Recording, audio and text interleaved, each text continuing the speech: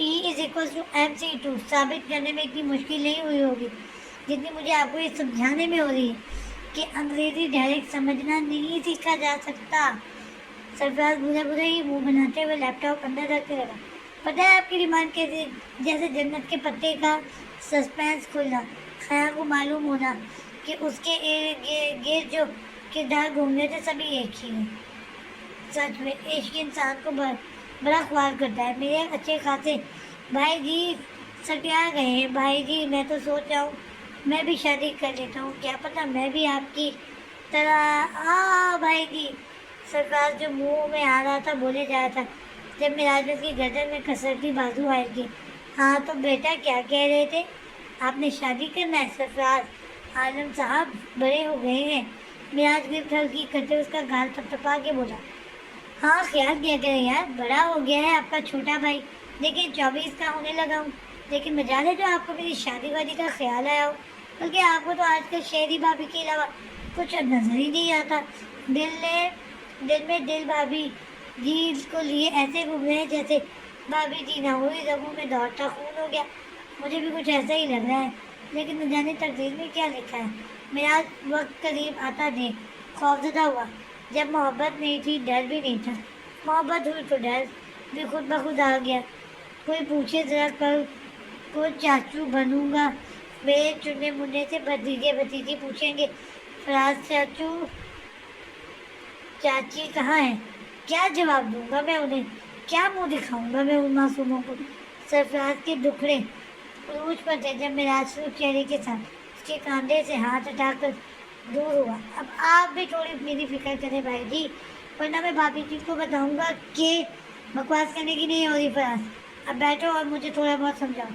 معراج اسے گھور کے بولا، جس پر سرفراز منہ بناتا دھپ سے اپنی جگہ بیٹھ گیا۔ مطلب اتنے بکواس کا کوئی فائدہ ہی نہیں ہوا۔ اب یہ کیا گول گپے کی طرح منہ پھلا کر بیٹھے ہو؟ بک بھی چکو۔ معراج اس کا پھولا منہ دیکھ کر بولا، جو اپنی شادی کی بات اگنور کیے جانے کا غم منا رہا تھا شاید۔ چلیں آئی سے شروع کرتے ہیں۔